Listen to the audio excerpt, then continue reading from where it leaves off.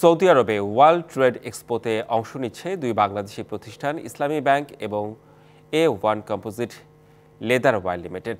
Jeddah প্রতিনিধি AR Noman জানান, Icon International for exhibition and কনফারেন্সের উদ্যোগে আয়োজিত এই এক্সপো 10 থেকে 12 ডিসেম্বর পর্যন্ত Jeddah centre for exhibitions and ইভেন্টসে অনুষ্ঠিত হচ্ছে।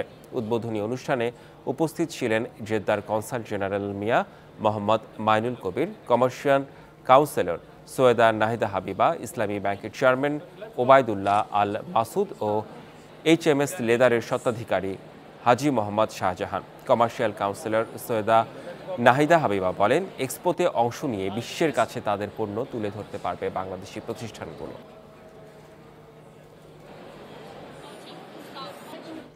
বছর শেষের খুশি নগদে হবে বেশি। নগদ পেমেন্টে নির্দিষ্ট ক্যাটাগরির কেনাকাটায় 300 টাকা পর্যন্ত ক্যাশব্যাক।